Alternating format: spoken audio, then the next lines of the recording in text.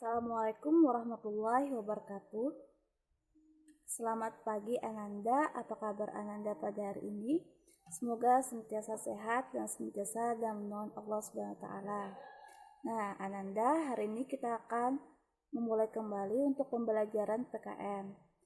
Sebelum memulai pembelajaran, silakan kepada Ananda untuk berdoa terlebih dahulu, kemudian mempersiapkan alat tulisnya serta mempersiapkan dirinya untuk fokus menyimak video yang akan Ustazah sampaikan pada hari ini. Nah, pada hari ini kita akan membahas tentang peran tokoh perumus Undang-Undang Dasar 1945. Adapun tujuan pembelajaran yang pertama menelaah peran tokoh perumus Undang-Undang Dasar 1945, kemudian menjelaskan peran tokoh perumus Undang-Undang Dasar 1945. Anda hari ini saya akan menyampaikan tentang peran tokoh perumus Undang-Undang Dasar 1945. Nah, di sini ada 4 tokoh yang akan saya sampaikan, yaitu Insinyur Soekarno, kemudian Muhammad Hatta, Abi Kusno Cokro Susojuso, dan Mr. Supomo. Nah, yang pertama saya akan menjelaskan peran dari Insinyur Soekarno dalam perumusan Undang-Undang Dasar 1945. Nah, peran Soekarno yaitu sebagai Ketua Perancang Undang-Undang Dasar dengan anggota 19 orang, kemudian sebagai Ketua Panitia Persiapan Kemerdekaan Indonesia. Nah, Insinyur Soekarno juga dalam pidatonya ia menyampaikan tentang rumusan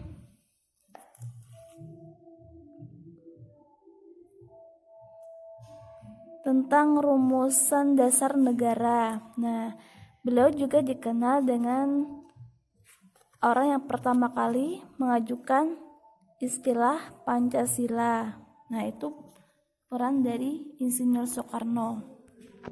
Kemudian ada peran dari Muhammad Hatta. Dia adalah sebagai Ketua Panitia Perancang Keuangan dan juga Perekonomian. Nah, selanjutnya peran dari Abi Kusno Cokro Sujoso itu adalah sebagai Ketua Perancang Pembelaan Tanah Air. Nah, selanjutnya adalah peran Profesor Dr. Mr. Supomo. Beliau adalah sebagai Ketua Panitia Kecil Perancang Undang-Undang Dasar, kemudian sebagai anggota tim penghalus bahasa Undang-Undang Dasar.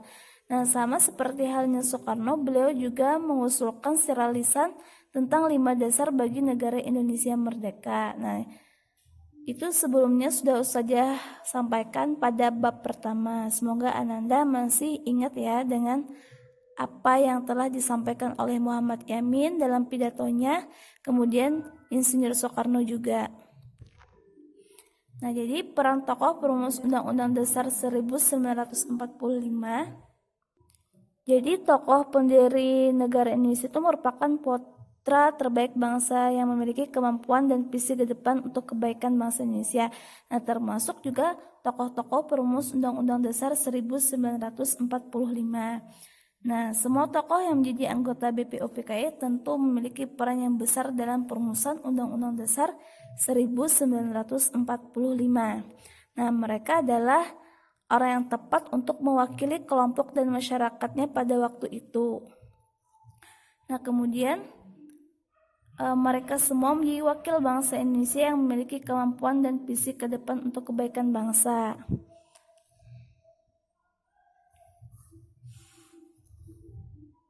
Nah, jadi ada 2 paham utama yang dimiliki oleh para pendiri negara dalam sidang BPUPKI. Yang pertama adalah nasionalisme dan juga agama.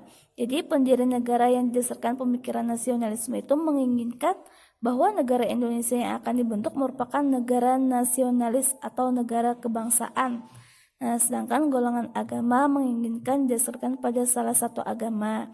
Nah, kemudian terjadilah perbedaan di antara anggota BPUPKI itu dan dapat diatasi dengan sikap dan perilaku pendiri negara yang mengutamakan kepentingan bangsa dan negara di atas kepentingan pribadi ataupun golongan. Jadi seperti yang Ustazah sampaikan bahwa ada yang namanya perubahan dalam pembukaan Undang-Undang Dasar 1945, kemudian terutama di alinea keempat itu Pancasila yang nomor 1, ketuhanan yang Maha Esa.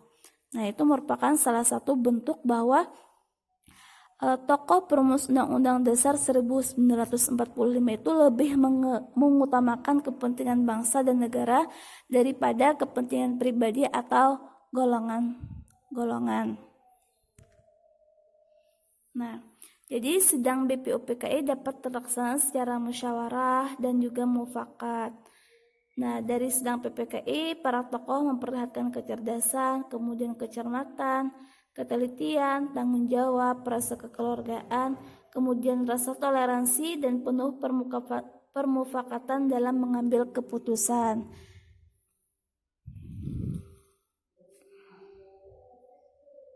Nah, jadi mereka itu lebih mengutamakan sikap patriotisme, kemudian nasionalisme, serta rasa kebangsaan. Nah, jadi mereka semata-mata melakukan musyawarah itu untuk kepentingan bangsa dan negara.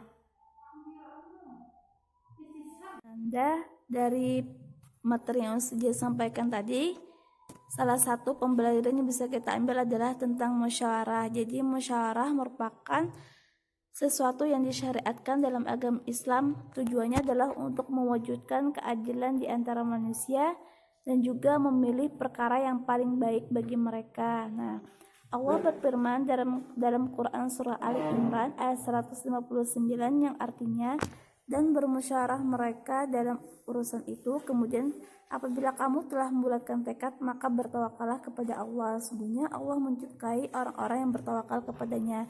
Nah, jadi kita disuruh untuk melakukan musyawarah, untuk mengambil suara yang terbaik. Kita memerlukan bantuan dari orang lain karena pendapat kita itu tidak selamanya benar. Kemudian setelah mendapatkan hasil, kita disuruh untuk bertawakal kepada Allah. Semoga keputusan kita itu adalah keputusan yang terbaik. Nah, kiranya itu saja yang bisa saya sampaikan. Silakan jika ada hal-hal yang ingin tanyakan, bisa kita diskusikan di grup. Assalamualaikum warahmatullahi wabarakatuh.